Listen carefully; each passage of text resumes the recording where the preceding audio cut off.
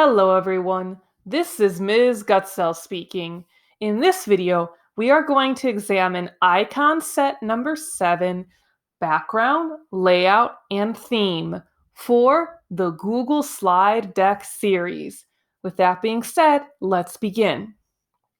When I click on background, I can change the color of my background on a slide by clicking on the first option and then selecting a color I prefer.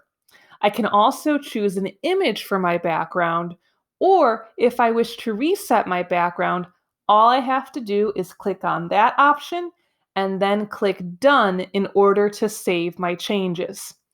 I can also change the layout of a slide by clicking on Layout and then selecting a different organization method.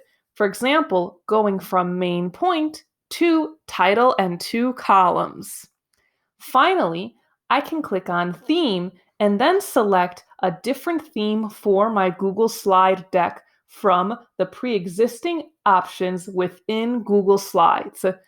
To select a theme, all I have to do is click on it, and then it will load the theme into my presentation. Thank you for watching, and I hope this video helped you grow in your knowledge of technology.